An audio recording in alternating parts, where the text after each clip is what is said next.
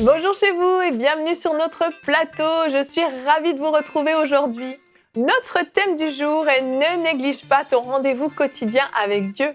Et aujourd'hui, c'est Aurélie qui va nous apporter la pensée du jour. Et ensuite, nous aurons notre conseil du coach avec Anne qui nous donnera des conseils pour optimiser notre temps de dévotion personnelle. Voilà, vous connaissez le programme, je vais retrouver les chroniqueurs.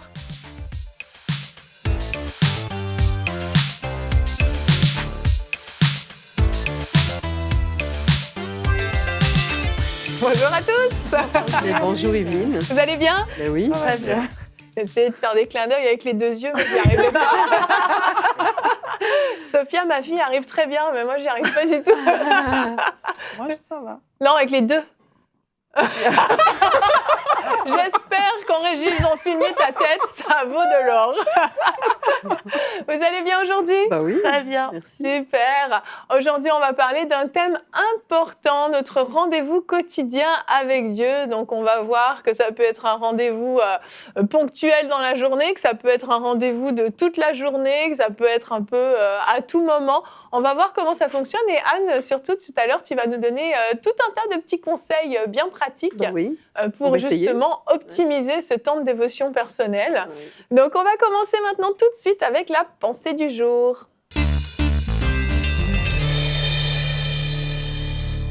Aurélie, le titre de ta pensée est « Le moment de ta journée qui fait la différence ». Oui, Evelyne, le moment de la journée qui fait la différence, c'est le moment que nous passons avec le Seigneur. Et c'est vraiment un moment indispensable parce que de la même manière qu'un poisson a besoin de l'eau, de la même manière qu'une plante naturelle a besoin de la terre, nous aussi, nous avons besoin de ce temps avec le Seigneur. Sans ce temps, vraiment, on ne respire pas. Comme quand on met un poisson hors de l'eau, il arrête tout simplement de respirer. Alors, la Bible nous dit, quand tu pries, entre dans ta chambre, ferme ta porte et prie ton Père qui est là dans le lieu secret. Alors oui, il y a un endroit dans la Bible qui s'appelle le lieu secret. Et ce lieu, c'est vraiment là où on va prendre du temps avec le Seigneur. Bien sûr, on peut communiquer avec le Saint-Esprit dans nos activités quotidiennes, mais la Bible nous dit d'aller dans le lieu secret où on ferme la porte. Et ici, il s'agit de fermer la porte non seulement aux activités extérieures, à tout ce qui pourrait venir nous solliciter, mais aussi de fermer la porte aux activités internes, à toutes les pensées, à toutes ces choses qui viennent dans la tête pour nous empêcher de vraiment passer un temps de qualité avec le Seigneur. Alors pour certains, ce temps qu'il faut prendre, mais ça peut être tôt le matin, comme moi je le prends souvent tôt le matin, ça peut être dans la journée en fonction de l'agenda des uns et des autres, ça peut être aussi le soir, mais il faut prendre ce temps quotidien. Alors, quels sont les bénéfices de ce temps qu'on passe avec le Seigneur? Alors, l'une des choses qu'on peut mettre en avant, c'est que passer du temps dans la présence de Dieu permet de vivre des transformations intérieures et des expériences surnaturelles personnelles. Alors, ce qu'il faut savoir, c'est que ce dont on va parler, c'est des choses que nous, on peut expérimenter aussi. Donc, c'est possible. Ça veut dire que vous aussi, vous pouvez le vivre.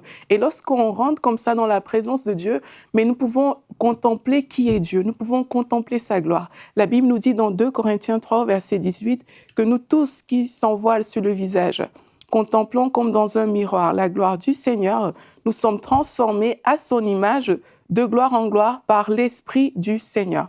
Alors, lorsqu'on prend ce temps, on vient devant le Seigneur, on réalise tout simplement comment Dieu est grand. Et quand on réalise que Dieu est grand, comme le verset nous dit, nous sommes transformés à son image. Dans ce temps, on a la nature de Dieu qui s'imprègne en nous, on a son caractère qui s'imprègne en nous et on vit des transformations intérieures. Et lorsqu'on passe ce temps-là, on va réaliser que Dieu est inébranlable en fait. Et si Dieu est inébranlable, il n'y a rien qui peut vraiment nous faire peur parce que toute chose pâlit dans la présence de Dieu, comme la Bible nous le déclare. Et là, il y a des situations peut-être que vous traversez qui vous semblaient vraiment des montagnes. Et là, quand vous contemplez juste Dieu, vous réalisez qu'en fait, devant Dieu, ces choses, c'est tellement petit devant la grandeur de Dieu, devant la force de Dieu. Et quand vous sortez de ce moment-là, vraiment, c'est une autre personne. Parce que vous avez pris cette image de Dieu, cette empreinte de Dieu est désormais sur vous. Et là, vous voyez vraiment que toutes choses qui pouvaient être énormes deviennent du coup insignifiantes. Et aussi, dans la présence de Dieu, on prend du temps pour méditer sa parole et on réalise que La Bible nous dit que mon peuple périt faute de connaissance. Et il y a des choses qu'on n'a pas toujours compris parce que oui, peut-être qu'on a un verset biblique comme ça, qu'un pasteur a dit, on a l'habitude de le citer. Mais parfois, dans le temps, dans la présence de Dieu, mais il y a une nouvelle révélation qui vient nous éclairer dans cette présence-là. Ce verset qu'on avait l'habitude de dire, mais tout à coup, il prend une signification, un sens pour notre vie et il nous fait gagner du temps. Donc, c'est vraiment important que nous restons dans cette présence. Et juste parfois, on va voir qu'il y a des personnes, leur cœur est restauré dans la présence de Dieu. Il y a des personnes qui n'arrivaient pas à être consolées et sont consolées. C'est vraiment autant de choses qu'on gagne à être dans la présence de Dieu. Et aussi, on peut mettre un point en avant, c'est que le temps passé dans la présence de Dieu booste notre foi. Il y a plusieurs situations qui vont nous solliciter tout au long de la journée. Il y a des choses qu'on va vivre au travail, dans notre famille, avec les enfants, etc. Et ces situations vont venir vraiment pour ébranler notre foi. Et on peut lire, dans le cas de Daniel, par exemple, dans Daniel 6, il y avait un décret qui avait été rédigé pour que Daniel ne puisse plus passer du temps dans la présence du Seigneur. Et lorsque ce décret a été émis, on dit Daniel se retira dans sa maison où les fenêtres de la chambre à l'étage étaient ouvertes dans la direction de Jérusalem. 3 fois par jour, il se mettait à genoux, priait et exprimait sa reconnaissance à son Dieu, tout comme il le faisait avant. Alors là, on a quelqu'un qui est face à une situation qui vient ébranler sa foi, qui a pour but d'ébranler sa foi. On dit, mais il ne faut plus passer du temps avec Dieu, sinon on te jette dans une cage au lion. Mais Daniel, qu'est-ce qu'il fait? Il va dans sa chambre, là il avait l'habitude de passer ce temps, et il se remet à genoux en train de prier. Et lorsque les gens voient ça, on vient lui dire, ben, on te jette dans la cage au lion. Il n'a pas peur. Mais où est-ce qu'il a pris cette force? D'où vient cette force qui fait en sorte qu'il n'a même pas peur d'être jeté en face des lions? Mais ça vient du fait qu'il passait du temps avec Dieu. Il était connecté à Dieu et il avait compris que Dieu est bien plus grand que le lion. La force de Dieu est plus forte que toutes les autres forces, que toutes les autres puissances. Et il a eu vraiment ce courage d'affronter cette cage au lion. De la même manière, dans la présence de Dieu, on ressort avec une force, un courage qui booste notre foi et qui nous donne d'affronter différentes situations de la vie. Et comme dernier point qu'on peut mettre en évidence, la présence de Dieu aussi nous permet vraiment de recevoir des directives divines. Ça nous permet de nous aligner sur l'agenda divin. En fait, dans la présence de Dieu, on a l'exemple de Jésus, on dit vers le matin, alors qu'il faisait encore très sombre, il se leva et sortit pour aller dans un endroit désert où il pria. Simon et ceux qui étaient avec lui se mirent à sa recherche. Quand il l'eut trouvé, ils lui dirent, tout le monde te cherche.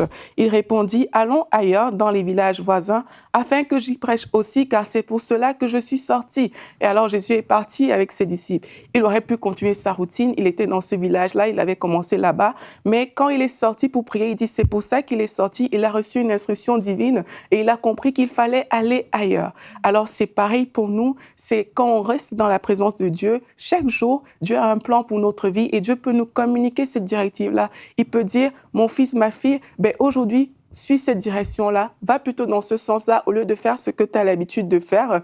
Et dans cette présence, bien sûr, nous sommes transformés. Dans cette présence, en fait, on devient un disciple du Seigneur. Il ne s'agit pas d'aller dans la présence de Dieu pour lui dire, Seigneur, fais ci, fais ça, je veux que tu fasses ci pour moi. Non, c'est vraiment, ça, nos cœurs sont transformés et on devient un disciple. Et lorsqu'on fait ça, ben, à coup sûr, ben, on va manifester Christ, on va manifester une vie qui plaît à Dieu et on va gagner beaucoup de temps. Amen. Merci Aurélie, merci beaucoup. Ça donne envie de prendre ce rendez-vous avec Dieu quand on écoute ta pensée. Et la semaine dernière, on avait fait une émission sur la présence de Dieu. Et puis, t'en parles aussi justement de tous ces bénéfices. Et l'histoire de Daniel est particulièrement inspirante, je trouve, parce que c'est vrai qu'il a été confronté à une situation qui est quand même peu commune et assez inconfortable. Et son réflexe, c'est d'aller dans la présence de Dieu régulièrement. Et on peut voir ça comme un acte un peu religieux, 3 fois par jour, en direction de Jérusalem, il faisait ça. Mais en fait, c'est pas le moment de la journée qui compte, c'est pas forcément cette espèce de rituel, de constance, en fait. C'est cette attitude de cœur qui vient à la rencontre de son Dieu chaque jour. Et ça peut être plusieurs fois par jour, ça peut être une fois vraiment dans la journée très forte, et puis d'autres moments dans la journée plus ponctuels. Il n'y a pas de méthode particulière. L'important, c'est ce cœur à cœur avec Dieu.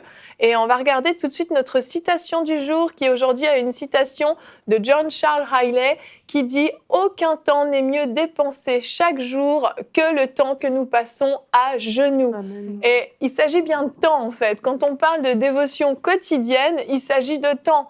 Est-ce que j'ai le temps pour faire ça? Est-ce que je prends le temps pour faire ce cœur à cœur avec Dieu, pour répondre à cet appel de Dieu, en fait? C'est vrai que c'est un choix qu'on a à faire de toute façon. Et dans nos vies occupées, c'est facile de ne pas avoir le temps. Et on le cite souvent, c'est je n'ai pas le temps de prier, mais je dois prendre le temps de le faire. Et c'est vrai, il y avait des études qui avaient été faites en Amérique du Nord où le temps de prière, même des pasteurs, était extrêmement bas parce que les gens sont très occupés à vivre la vie chrétienne, à faire des choses pour Dieu plutôt que de passer du temps avec Dieu. Et c'est pour ça que j'ai vraiment hâte d'entendre ton conseil du coach tout à l'heure parce que ça reste... Non, mais parce qu'on dit faut prier, faut passer du temps avec Dieu, mais ça reste un petit peu nébuleux. On ne sait pas ce que les autres gens font dans leur temps de prière. Et moi, je m'en souviens, au début de ma vie chrétienne, j'avais entendu un enseignement sur la prière. Il disait, oui, vous parlez à Dieu, mais vous passez aussi du temps à écouter. Vous faites rien, vous faites rien. Vous écoutez Dieu. Et puis, le fait de déclarer la parole aussi, ça aussi, ça fait partie de la prière. Et en fait, moi, ça m'avait beaucoup aidé de savoir ce qu'était la prière au sens large, parce que j'avais l'impression, comme la citation le dit, fallait être à genoux, puis je sais pas, parler. C'est ça. Ouais, vraiment. Ouais. Mais c'est bien de dire comment on le fait. Toi, t'as dit tu te lèves tôt, parce que ça reste super abstrait de dire faut prier puis aller voir Dieu chaque jour en fait. Et on se met du côté de Jérusalem, tu vois. Jérusalem est par là. Oula. Mais on a le cliché même hollywoodien, surtout quand on est jeune converti, on vient toutes les deux d'un milieu non chrétien, donc on sait pas en quoi ça consiste de prier. Puis la seule référence qu'on a, c'est la petite maison dans la prairie, quand le soir, avant d'aller se coucher, on se met à genoux devant le lit. Il y a Laura Ingalls qui fait Seigneur. Donc, en tout cas, quand on vient au Seigneur... écoute, moi, c'était ma référence quand j'étais petite. T'as raison. Et moi, je savais pas ce que c'était que prier. Donc, c'était ma référence, c'était Laura Ingalls devant son lit dans la petite maison dans la prairie. Donc, souvent, c'est ce cliché-là qu'on a. Donc, c'est bon d'ouvrir un peu nos horizons pour avoir une perspective peut-être plus réaliste de ce que c'est. Et on voit, Aurélie, dans ta pensée que justement, on a nos forces qui sont renouvelées. Dans ce temps-là, on se connecte à Dieu, on reçoit de lui des directions, on est rafraîchi, on est encouragé, notre foi est boostée. On voit qu'il se passe énormément de choses en fait dans ce temps-là. C'est vrai, Hélène. T'es troublée. Je viens à ton secours. Merci. Moi, personnellement, il y a eu plusieurs fois, comme le Seigneur te prévient aussi de certaines choses de ta journée et te donne une direction, mais aussi une solution, parce qu'il va y avoir des défis qui vont se dresser devant toi, où il te prévient de certaines choses et qui normalement pourraient t'ébranler, et ils sont là pour t'ébranler. Et en fait, le fait que dans ton temps personnel avec Dieu, Dieu ait pu te prévenir, te dire, ok, prépare ton cœur. Et puis là, tu sais pas pourquoi, tu médites, je sais pas, sur l'offense ce matin-là. Et puis vraiment, tu te fortifies dans l'amour, tu déclares, tu dis, non, je pardonne, comme moi aussi j'ai été pardonnée, il n'y a personne qui t'a fait du mal. Une demi-heure plus tard, tu te prends une bombe dans la tête. Et en fait, tu t'étais préparé spirituellement, ton homme intérieur était prêt et fortifié. Et c'est lui qui prend le dessus à ce moment-là, parce qu'il y a eu ce rendez-vous où il y a ton coach qui t'a dit, OK, go, aujourd'hui, on aime. Et ça se passe comme ça dans ton temps? Ouais, parce que vu que je fais pas de sport dans la vie, tu vois. Est-ce que t'es là comme ça? Dans ma tête, c'est comme si j'en faisais avant. Parfois, on regarde les réactions des gens. Deux personnes peuvent vivre la même chose. Et il y a une personne qui a passé du temps avec le Seigneur, mais les réactions sont complètement différentes. Oui, c'est vrai. Parce que vraiment, cette personne, la personne qui a passé du temps avec le Seigneur, mais ne voit pas les problèmes de la même manière. Ça, et ça ne veut pas dire que tous ceux qui voient les problèmes d'une façon peut-être différente n'ont pas passé ce temps. Mais vraiment, la présence de Dieu, ça aide vraiment ça change une journée complètement. Ça aide vraiment à voir les choses différemment, avec une perspective divine. et ne pas rentrer peut-être dans des choses dans lesquelles on serait rentré si on n'avait pas pris ce temps-là. Exactement. On peut regarder notre verset du jour qui aujourd'hui est dans Luc 11 au verset 2 et 3. Il leur dit, donc Jésus, quand vous priez, dites Père, que ton nom soit sanctifié, que ton règne vienne, donne-nous chaque jour notre pain quotidien. Ce pain quotidien, on ne va pas aller le chercher comme la manne, les Israélites dans le désert. Hein. C'est dans la présence de Dieu, dans la parole de Dieu, dans ce temps en fait où on est avec le Seigneur. C'est là qu'on reçoit ce pain quotidien dont on a tellement besoin pour vivre, parce que c'est notre nourriture spirituelle en fait. Et moi, je sais que les journées où j'ai pas eu un temps de qualité avec Dieu, où j'ai juste un peu parlé au Saint-Esprit dans la journée, mais je me suis pas arrêtée, j'ai pas prié. En fait, j'ai comme un manque en fait qui monte en moi. C'est ah Seigneur, tu me manques. Et puis après, en fait, t'étais là, t'étais à côté de moi. C'était moi qui suis pas venue. Mais le rendez-vous était fixé, il était là, et moi je suis pas venue au rendez-vous. Exact. Et on devrait toujours, c'est ça, aspirer à vouloir vraiment se connecter au Seigneur. Jérémy, je te donne une dernière opportunité de prendre la parole. Mais si tu ne veux pas, juste te dire que merci. Parce que souvent les gens se sentent mal par rapport à leur communion avec Dieu. Et moi, ça m'est arrivé des centaines de fois où j'avais jamais l'impression de prier assez. Et même encore souvent, je peux prier. J'ai l'impression de prier tout le temps dans la journée, mais il y a des fois où j'ai pas vraiment un temps assez long pour moi. Et des fois, on se sent très très mal en fait. On se sent mal, on se dit bon, on n'a pas prié assez. Et ce qui est bien dans cette prière de Jésus, c'est qu'il dit il y a pas de règle finalement. Mais ce qui est important, c'est de pouvoir quand même trouver ce pain quotidien, donc quelque chose qui va te nourrir. Et si on n'a pas quelque chose qui nous nourrit, on va être affamé. Et ça, c'est pas bon. Exactement. Donc, vive les conseils d'Anne. Que tu ne connais pas encore, par la foi. Pour terminer, ça me fait penser à une petite conversation que j'ai eue avec mon fils Louis dernièrement, où c'est ça, Michael essayait de lui expliquer ce qu'était la discipline, une vie de discipline. Bon, ça voulait rien dire pour Louis qui a 5 ans. Et puis en fait, moi je lui ai juste dit, c'est comme après manger, tu vas te laver les dents. C'est normal. Quand tu as fini ton petit déjeuner, tu montes et tu vas te laver les dents. C'est normal, tu le fais. C'est quelque chose que tu fais. Tu ne te poses plus la question, est-ce que j'ai envie de le faire ? Est-ce que c'est vraiment le bon moment pour le faire ? Tu manges, tu vas te laver les dents. Voilà.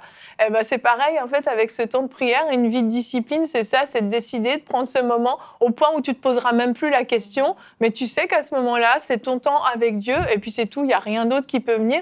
Et il ne s'agit pas de bloquer forcément une plage horaire de 4 heures dans la journée. Il faut aussi être réaliste. Si. Mais on verra, Anne. Tu vas nous dire comment il faut faire. Peut-être Je vais vous en dire des choses. Peut-être que Anne va nous dire qu'il faut bloquer 4 heures dans son emploi du temps. Tous les matins. 4 heures du matin, 8 heures. On va voir ça tout de suite, Anne, avec toi, dans la rubrique Conseil du coach.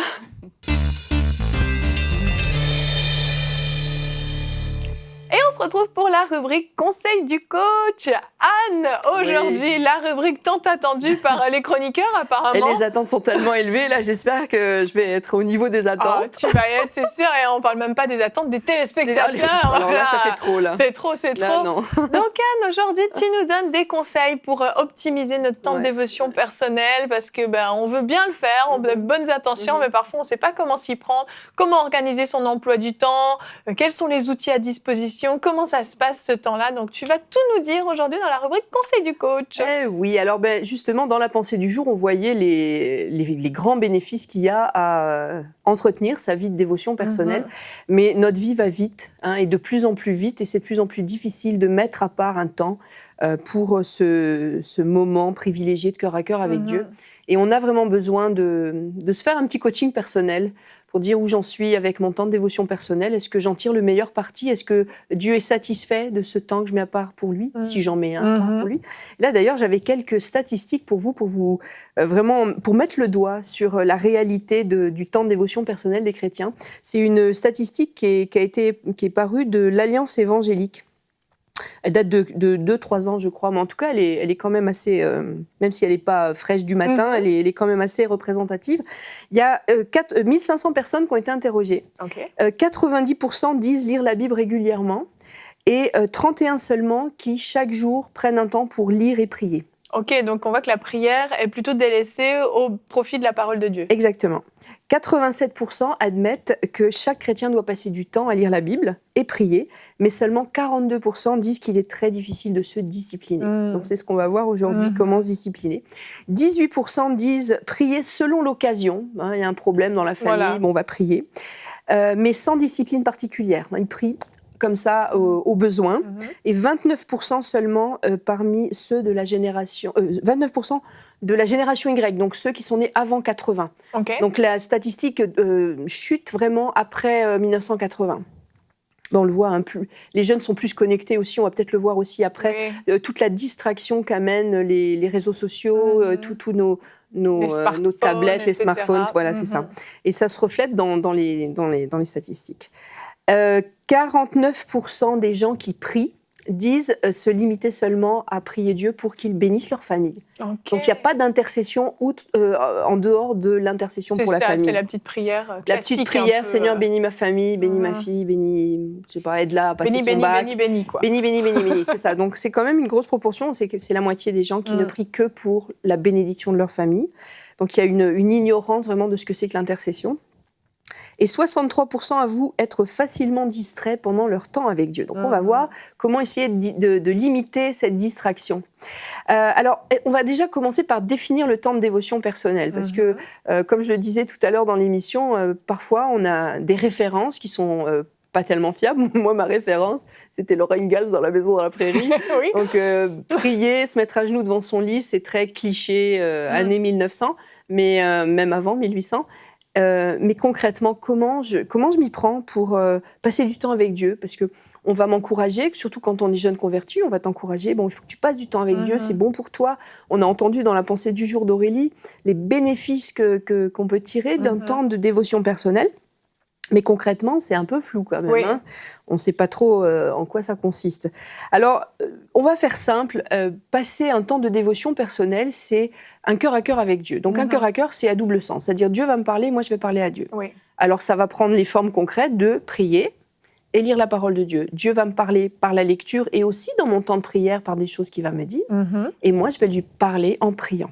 Donc, c'est vraiment les deux volets. C'est un échange, en fait. C'est un échange. Donc, il faut pas penser le temps de dévotion personnelle par une litanie de prière, une liste de commissions, mais plutôt comme un cœur à cœur. Dieu va déverser en moi et moi, je vais aussi déverser en Dieu mes louanges, mes hommages et aussi lui ouvrir mon cœur pour me laisser façonner par lui. Donc, c'est vraiment un échange. Donc, ça, c'est la première notion qu'il faut bien intégrer. Pour passer un temps de qualité avec Dieu, il faut vraiment considérer cet aller-retour entre Dieu et moi. Hein? Aussi, il y a une conception qu'il faut briser, je pense, c'est que le temps de prière, c'est pas pour que je me fasse du bien à moi. Oui. Parce qu'on est dans une génération qui raisonne beaucoup ses actes par le bien que cela lui procure. Exactement. Donc, je vais aller en vacances parce que ça va me donner du repos. Je vais même faire un enfant parce que je vais m'épanouir en tant que femme. Moi, je l'ai entendu souvent. On est une génération qui va raisonner ses décisions et ses actes par le bien que ça me procure. Et il faut sauter cette idée-là de la tête parce qu'on a un Dieu qui attend aussi d'être aimé. Et notre temps de dévotion personnelle, non seulement va nous faire du bien, mais ça va faire du bien à Dieu aussi. Et ça, on l'oublie des fois. C'est pas seulement moi, mais c'est lui. Donc, dans cet échange, c'est pas lui qui va déverser en moi pour me faire du bien, pour que j'avance, pour me façonner. C'est lui qui attend que je vienne parce qu'il m'aime et il veut que je passe du temps avec lui. Donc, sauter ça de la tête, ce n'est pas que pour moi, c'est aussi pour lui. Maintenant, on a déjà une vie. J'imagine que ceux qui nous regardent déjà connaissent Dieu un petit peu au moins, des fois plus, et ont déjà un temps avec lui. Donc, on va déjà faire un diagnostic. Donc, c'est mon premier visuel. On va faire déjà un diagnostic. Parce que si on veut optimiser ce temps, tirer vraiment le meilleur, et en donner le meilleur aussi à Dieu, il faut qu'on sache où on en est. Et donc, ce diagnostic, il va falloir être assez honnête. Se prendre un petit temps, quelques minutes pour réfléchir à qu'est-ce que je mets à part pour Dieu? Honnêtement, le temps réel que je mets à part pour lui, c'est quoi? Est-ce qu'il y a eu une diminution dans ce temps au fil des années ou au fil des mois? Et puis essayer de réfléchir, si c'est le cas, est-ce qu'il y a un événement qui a fait que je passe moins de temps? parce que c'est intéressant de bien diagnostiquer pour après contrebalancer. L'achat d'un nouveau téléphone ou... L'achat d'un nouveau téléphone, ou je sais pas, vous vous êtes créé un compte Instagram, puis d'un seul coup, votre temps avec le Seigneur a droppé. Puis ça va vite, hein, parce que les réseaux sociaux sont tellement addictifs, vous commencez, c'est fun, vous vous réveillez le matin, puis d'un seul coup, au lieu de passer du temps avec Dieu, vous allez tout de suite sur Instagram. Oui. J'ai déjà parlé de cet exemple-là plusieurs fois, mais avant les réseaux sociaux, il y avait le journal. Et je me souviens d'avoir eu, à un moment donné, un gros problème dans ma vie de dévotion personnelle parce que j'avais eu un abonnement gratuit au journal La Presse. Et donc, le matin, je me réveillais, puis au lieu de juste prendre mon thé puis aller lire ma Bible, je me disais, ah ouais, mais il y a le journal dehors, il faut que j'aille le ramasser, il va se mouiller. Donc, je ramassais le journal, mais tant qu'à l'avoir ramassé, je regardais les titres. Ça, c'est intéressant. Page 4, j'allais page 4. Une heure et plus puis, tard. il y avait, peut-être pas une heure plus tard, mais une bonne demi-heure plus tard, oui, il y avait déjà une demi-heure de manger. Ouais. Et donc, dans ce diagnostic, je pense qu'il faut être très honnête et dire, s'il y a eu un changement dans l'investissement dans la dévotion personnelle, à quoi il est dû. Oui. Et puis, être prêt aussi à prendre les mesures pour rectifier ça. Ça peut aider à mettre des prises de conscience, j'imagine, de réaliser, en fait, sur une journée de 24 heures, qu'est-ce qui reste pour Dieu. Parfois, pas grand-chose. Exactement. On l'a dit un peu plus tôt dans l'émission, dans les commentaires, on parle du matin. Alors, il n'y a pas de règle, il n'y a pas de loi. Pourquoi est-ce qu'on devrait le faire le matin ? Pour plusieurs raisons, et particulièrement dans notre génération. David disait, dès le matin, je m'écris. Dès le matin, dès l'aube, je contemple. Le matin, c'est quelque chose de précieux parce qu'on n'est pas encore encombré par toutes les pensées de la journée. Comme disait Annabelle aussi un peu plus tôt dans l'émission, Dieu peut nous prévenir de certaines choses et nous préparer à certaines situations qu'on va avoir à affronter pendant la journée. Donc le matin, même si c'est pas une règle scellée dans le béton, on peut prier à n'importe quel moment du jour et de la nuit. Mais le matin, c'est un temps précieux et il faut le préserver. Et là, je parlais juste avant du diagnostic par rapport à notre investissement dans les réseaux sociaux. Si on s'aperçoit que ça nous a volé cette fleur de notre temps. Dans la parole de Dieu, on a beaucoup cette notion de prémisse. Oui. J'apporte le prémisse de mes récoltes, le prémisse de... et si on apportait à Dieu le prémisse de mon temps ? Je me réveille, les prémices de mon temps, c'est les premières minutes, les premières heures. Si je les apportais à Dieu, plutôt que d'aller tout de suite allumer la télé ou allumer mon téléphone et regarder mes emails. Ça permet d'évaluer ses priorités aussi quand même, parce que la première chose vers quoi on va, c'est souvent quand même notre cœur tend plus à ça. C'est où notre cœur ou alors notre addiction, parce qu'on n'a pas forcément le cœur dans Instagram, mais Instagram nous attire. Donc, à quoi je donne la fleur de ma journée ? Aussi, évaluer le contenu de mon temps de dévotion. Dans ce diagnostic, par exemple, moi j'ai déjà entendu des gens dire « avant je lisais ma Bible le matin, maintenant j'écoute une prédication ». Et c'est pas la même chose. Non. C'est bien d'écouter des prédications, mais ça ne remplace pas le temps de dévotion personnelle.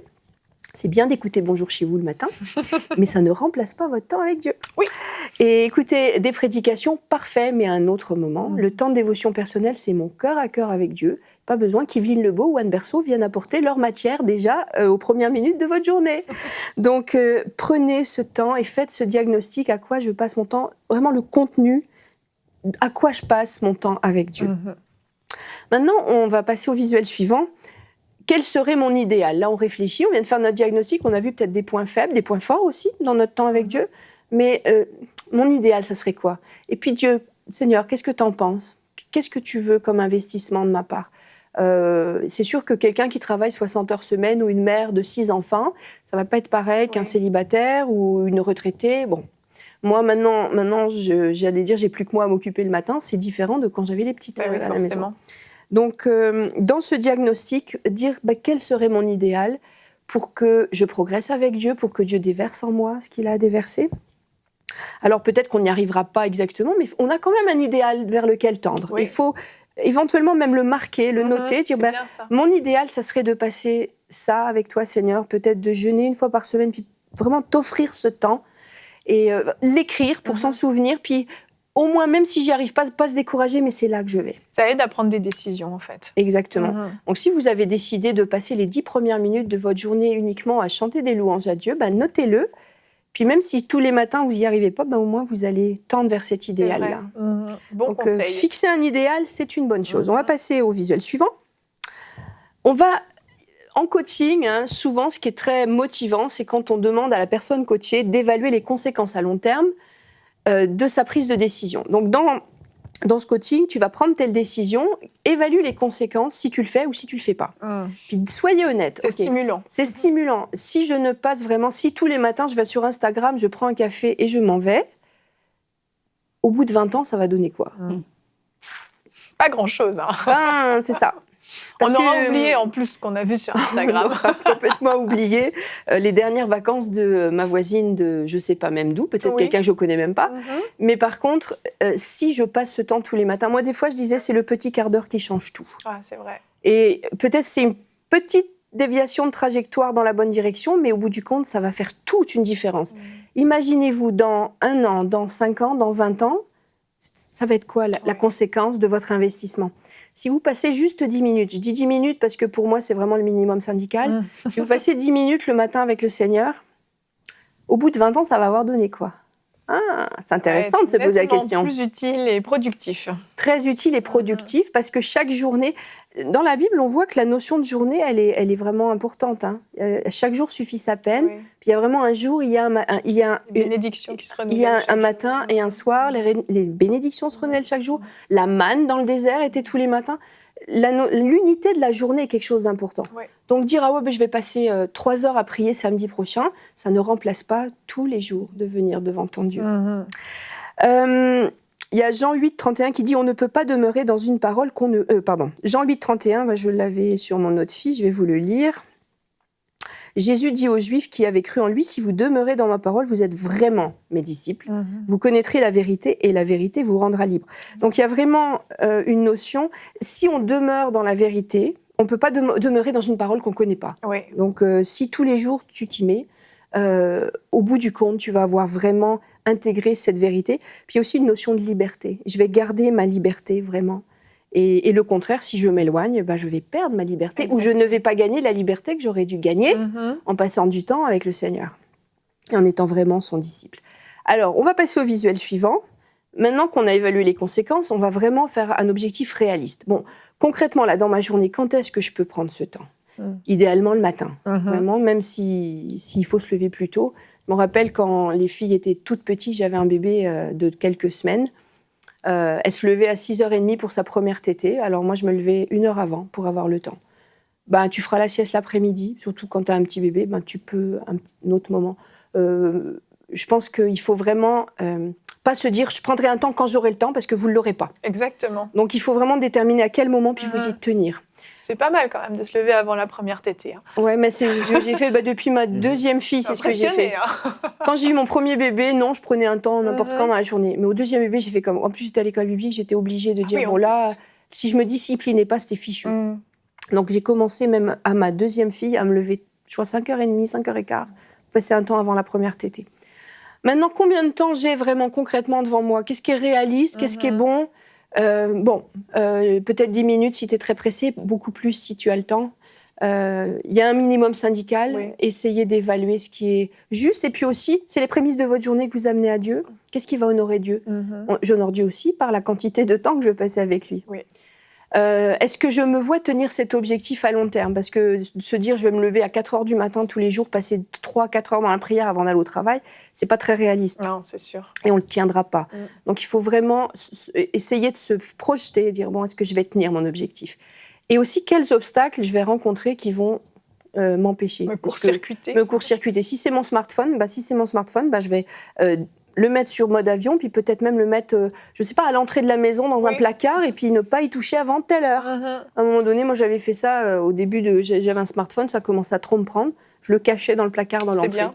Je disais non, je veux pas te voir avant 8h le matin. Éliminé, va-t'en. Et il faut se discipliner. Donc, quel obstacle? Si c'est le smartphone, si c'est le bébé qui se réveille, quels obstacles vont m'empêcher d'atteindre... On met le bébé dans le placard. On met le bébé dans le placard. J'ai entendu Annabelle glousser. C'est ça. Je sais qu'elle y a pensé. Donc, il faut toujours... un principe en coaching, c'est de dire tu commences petit, tu te fixes ton objectif, ton idéal vers lequel aller, et puis progressivement, tu vas prendre vraiment tes aises dans ce temps, puis tu vas avoir envie de plus. Donc, on commence petit, c'est pas la peine de se dire je vais prier 1 heure tous les matins, je vais jeûner tous les midis, ça marchera pas. On Commence des objectifs petit. réalisables, quoi. Objectifs réalisables, et j'allais dire, c'est comme dans le temps, il y avait les pyjamas pour bébé qui s'appelaient Baby Grow, et on disait Baby Grow grandit avec l'enfant. Ok. Ben, le temps avec le Seigneur, c'est pareil. Commence petit, puis ça va grandir avec toi. On peut tourner. Achetez-vous un baby gros. C'est horrible comme moi. Maintenant, établir une routine et s'y tenir. Alors, il y a des gens qui sont allergiques aux routines, mais je lisais un article récemment qui disait que les routines, le fait de ne pas avoir de routine, c'est extrêmement demandant, même au niveau de ton énergie, ça donne beaucoup de fatigue de ne pas avoir de routine. Et la routine, c'est extrêmement confortable et ça va t'empêcher justement de te faire grignoter. C'est ça. Donc, établir une routine, ça fait peut-être un peu ringard, mais ça va vous garder. Et l'avantage de la routine, c'est que tu n'es pas sans arrêt en train de lutter avec tes envies, Exactement. ce que tu aimerais faire à ce moment-là. Ouais. Quoi. Et puis, la journée est faite de micro-décisions. Et plus on avance avec les smartphones, les tablettes, l'audiovisuel, tout, plus on a de micro-décisions à prendre et c'est extrêmement demandant pour le cerveau. Donc, si tu as une routine simple, mais carrée, tu te lèves, tu n'as pas de questions à te poser, tu fais ta petite routine. Et puis, dans cette routine, il faut qu'il y ait ton temps avec Dieu. Donc, tu établis une routine et tu t'y tiens. Maintenant, bien répartir son temps. Alors là, après, ça va aussi dépendre de ton avancement avec le Seigneur, ça va dépendre du temps que tu as. Mais moi, j'ai mis un idéal. Maintenant, chacun est libre. Mais ce qui me semble bon, c'est déjà de passer un temps d'adoration. Parce que on est tout le temps distrait par toutes sortes de choses. Et quand on arrive dans le temps de prière, on ne peut pas rentrer comme ça dans la présence de Dieu. D'un pied comme ça. On est distrait, on a la tête qui va dans tous les sens. Un temps d'adoration, ça va me permettre de me centrer sur Dieu. Oui. Alors ça va être chanter.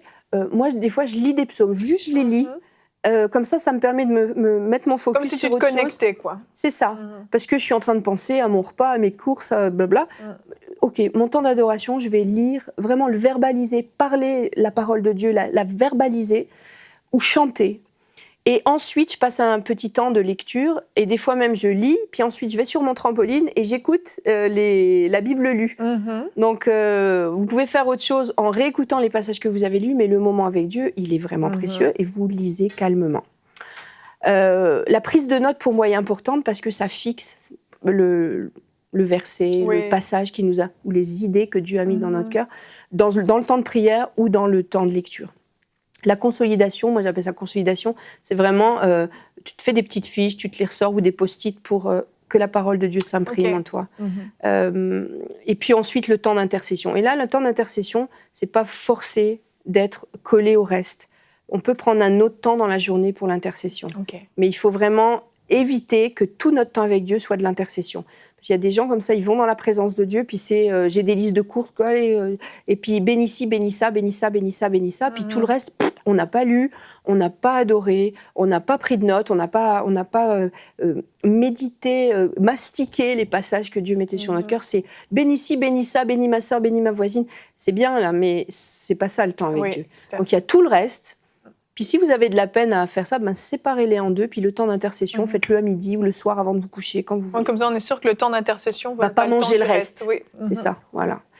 Tu as des outils à nous partager. Oui, on peut aller au visuel suivant. Donc là, je vous disais de lire la parole et de l'écouter. Sur EMCI TV, vous avez à gauche, vous pouvez aller voir dans Bible, dans l'onglet Bible, vous avez écouté la Bible. Et ça, c'est un outil précieux parce qu'on n'est pas tous pareils.